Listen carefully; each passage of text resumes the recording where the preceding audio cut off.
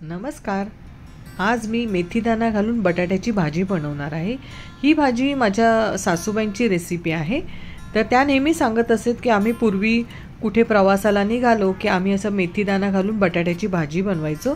ही भाजी 2 ते 3 दिवस छान टिकायची. तर हीच भाजी आज आपण बनवूया. एका पॅनमध्ये 2 चमचे तेल घेतलेलं आहे.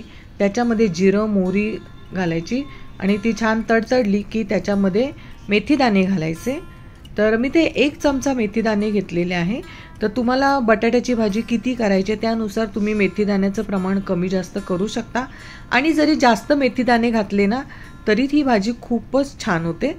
आणि त्याच्यामध्ये लाल तिखट घातलेलं आहे आणि त्याच्यामध्ये मी 3 बटाटे साल काढली आणि असे तुकडे केले छोटे छोटे आणि फोडणीला घालत आहे. आणि जर प्रवासाला न्यायचे असेल तर तुम्ही हे बटाट्याचे धुतल्यानंतर ही बटाट्याचे काप टॉवेलने स्वच्छ ड्राय करून घ्यायचे, पूर्ण पाण्याचा अंश काढून घ्यायचा आणि मग फोडणीत घालायचं आणि परतवून घ्यायचं छान. त्याच्यात हळद घातली आणि चवीनुसार मीठ घातलेलं आहे. आणि असं परतवून घेतलं का याच्यातला पाण्याचा पूर्ण अंश सुकून जातो. त्याच्यामध्ये मेथीदाणे पण खूप छान फ्राय होतात. आणि 2 ते 3 मिनिटांसाठी एकच वाफ आणण्यासाठी झाकण ठेवायचं.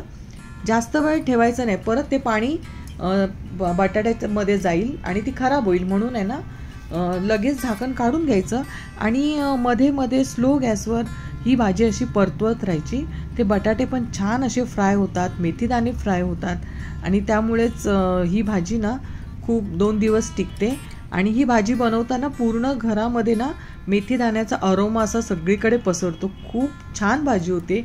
आणि तुम्ही ही भाजी नक्की करून बघा. आणि ह्या भाजीची रेसिपी तुम्हाला आवडली असेल तर चॅनलला लाईक शेअर कमेंट्स करा. आणि संपूर्ण व्हिडिओ पाहिल्याबद्दल आपले धन्यवाद.